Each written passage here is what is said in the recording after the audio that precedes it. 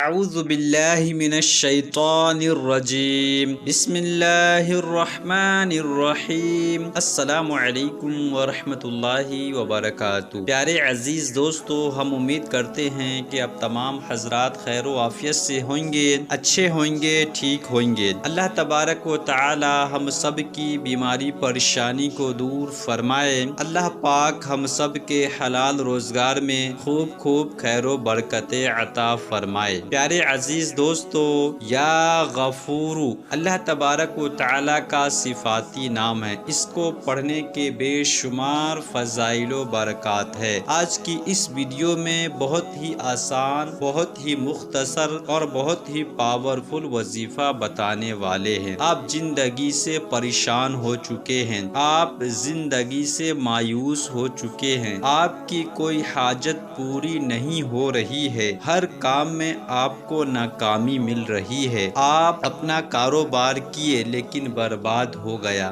کہیں آپ کو نوکری نہیں مل رہی ہے، شادی بیاہ کے معاملے ہیں، کہیں آپ کی شادی نہیں ہو رہی ہے، اچھے سے اچھا رشتہ نہیں آ رہا ہے، الغرض دنیا کا ہر جائز مقصد اس وظیفے سے آپ پورا کر سکتے ہیں۔ اخلاص کے ساتھ، ایمان کامل کے ساتھ ایک مرتبہ اس وظیفے پہ آپ عمل کر لیتے ہیں، انشاءاللہ تبارک و تعالی ہر جائز مقصد آپ کی پوری ہو جائے گی، ہر مراد پوری ہو جائے گی، ہر دعا آپ کی قبول ہوئے گی۔ بس اس پہ آپ کو عمل کرنے کی ضرورت ہے۔ اس پہ عمل کس طرح سے کرنا ہے اور اس وظیفے کو کس طرح سے پڑھنا ہے، آج کی اس ویڈیو میں ہم پوری تفصیل کے ساتھ آپ کو بتائیں گے۔ تو آپ چینل پہ نئے ہیں تو اس چینل کو سبسکرائب کر دیجئے اور اس ویڈیو کو لائک کر دیجئے۔ اللہ تبارک و تعالی سجدے کی حالت میں بندے کو بہت پسند فرماتا ہے اور بہت ہی محبوب ہے۔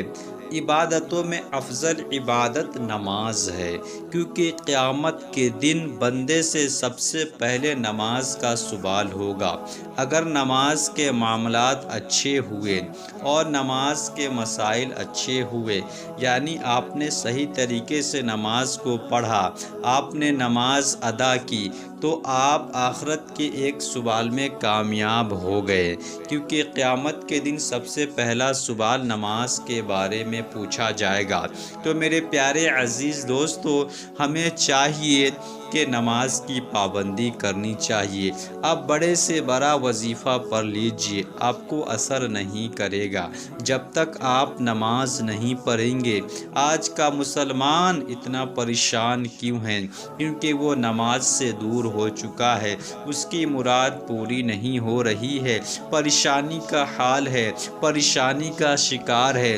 مسلمانوں کے اوپر ہر جگہ ظلم و ستم ہو رہا ہے، کیونکہ ہم نے نماز سے دوری اختیار کر لی ہے، نماز کی پابندی ہم سے نہیں ہو پا رہی ہے، اور ہم وظیفے پہ وظیفے پڑھتے جائیں تو وظیفہ کس طرح سے عمل کرے گا؟ بعض بزرگان دین ارشاد فرماتے ہیں کہ سب سے بڑا وظیفہ نماز ہے۔ جو مسلمان 5 وقت کی نماز صحیح سے پڑھ لیتا ہے، وقت پہ پڑھ لیتا ہے، یہ بہت ہی بڑا اس کے لیے وظیفہ ہے، اور اس کی ہر مشکل کو دور کرنے کے لیے یہی کافی ہے، اسی پہ وہ عمل کرے۔ تو ہم نماز ہی نہ پڑھ پائے اور بڑے بڑے وظیفے پڑھتے ہیں تو وظیفہ کس طرح سے کام کرے گا؟ پیارے عزیز دوستو، نماز کی اہمیت کو سمجھنے کی کوشش کریں کہ بعض اوقات کتابوں میں لکھا ہوا ہے کہ سجدے کی حالت میں اللہ پاک سے بندہ دعا کرے، اللہ پاک اس کی دعا قبول فرماتا ہے، اس کی مصیبتیں دور ہو جاتی ہے، اس کی پریشانیاں دور ہو جاتی ہے۔ ہم صرف توکل اللہ تبارک و تعالی سے رکھیں کہ اللہ تبارک و تعالی چاہے گا تو ہی ہمیں فائدہ حاصل ہوگا، ورنہ کتنے بھی وظائف پڑھ لے، کتنا بڑا بڑا وظیفہ پڑھ لے، جب تک اللہ تبارک و تعالی نہیں چاہے گا ہمیں فائدہ حاصل نہیں ہونے والا ہے۔ تو ہم اللہ تبارک و تعالی پر بھروسہ کرتے ہوئے یقین کے ساتھ ایمان کے ساتھ وظیفے پہ عمل کریں گے اور نماز کی پابندی بھی کریں گے، اللہ تبارک و تعالی ہمیں ضرور کامیابی عطا فرمائے گا۔ ایک صحابی رضی اللہ تعالی عنہ کا واقعہ ہے کہ وہ صحابی بہت غریب و نادار تھے۔ حضور انور صلی اللہ تعالی علیہ وسلم کی بارگاہ میں حاضر ہوئے اور عرض گزار ہوئے کہ یا رسول اللہ صلی اللہ تعالی علیہ وآلہ وسلم، دنیا نے مجھ سے پیٹھ پھیر لی اور میرے پاس مال و دولت نہیں ہے، بہت غریب ہو چکا ہوں۔ ہمارے پیارے آقا صلی اللہ تعالی علیہ وسلم نے ان کو ایک وظیفہ بتایا، لیکن وہ شریعت کے پابند تھے۔ ہمارے صحابہ ایمان کے ساتھ، یقین کے ساتھ، وہ صحابی رضی اللہ تعالی عنہ اس وظیفے پہ عمل کیے۔ چند دنوں کے اندر بہت مالدار ہو گئے، امیر و کبیر ہو گئے۔ تو کیونکہ ان کا ایمان تھا، ان کا عقیدہ تھا، اللہ پر توکل تھا، اللہ پر بھروسہ تھا، نماز کی پابندی کیا کرتے تھے اور شریعت پر عمل کیا کرتے تھے، تو ان کا وظیفہ کام کیا اور وہ مالدار ہو گئے۔ تو ہم بھی چاہتے ہیں کہ وظیفے میں پاور ہو، وظیفہ اثر کرے، تو نماز کی پابندی لازمی آپ کو کرنا ہے۔ آپ نماز کی پابندی بھی کیجئے، اور آج کا میں آپ کو ایک وظیفہ بتانے والا ہوں، اس پہ آپ عمل کیجئے۔ انشاءاللہ تبارک و تعالی آپ بے روزگاری سے پریشان ہیں، آپ کی بے روزگاری دور ہو جائے گی۔ آپ کے گھر میں برکت نہیں ہو رہی ہے، اس وظیفے پہ عمل کیجئے، آپ کے گھر میں برکتیں بھی ہوگی۔ آپ کے گھر میں کوئی بیماری، پریشانی، مصیبتیں ہیں، سب دور ہو جائے گی۔ بس جس چیز کے لیے آپ یہ عمل کریں گے اور اللہ تبارک و تعالی سے دعا کریں گے، انشاءاللہ تبارک و تعالی آپ کا مسئلہ حل ہوتے چلے جائے گا۔ اس پہ عمل کس طرح سے کرنا ہے اور اس کو کس طرح سے پڑھنا ہے۔ تو پیارے عزیز دوستو، اس وظیفے کو آپ کسی بھی نماز کے بعد کر سکتے ہیں۔ آپ فجر کی نماز کے بعد بھی پڑھ سکتے ہیں، ظہر کی نماز کے بعد بھی پڑھ سکتے ہیں، اور عصر کی نماز کے بعد بھی پڑھ سکتے ہیں، مغرب یا عشاء کی نماز کے بعد بھی پڑھ سکتے ہیں۔ کسی بھی نماز کے بعد آپ کو اس وظیفے پہ عمل کرنا ہے۔ ہر قسم کی بیماری، ہر قسم کی مصیبت، ہر قسم کی پریشانی اس وظیفے کی برکت سے دور ہو جائے گی انشاءاللہ تبارک و تعالی۔ اب نماز پڑھ کر فارغ ہو جائے، نماز پڑھ کر فارغ ہونے کے بعد وہیں پہ بیٹھے رہے اور 11 مرتبہ درود پاک پڑھ لیجئے۔ 11 مرتبہ درود پاک، کوئی سے بھی درود پاک آپ پڑھ سکتے ہیں۔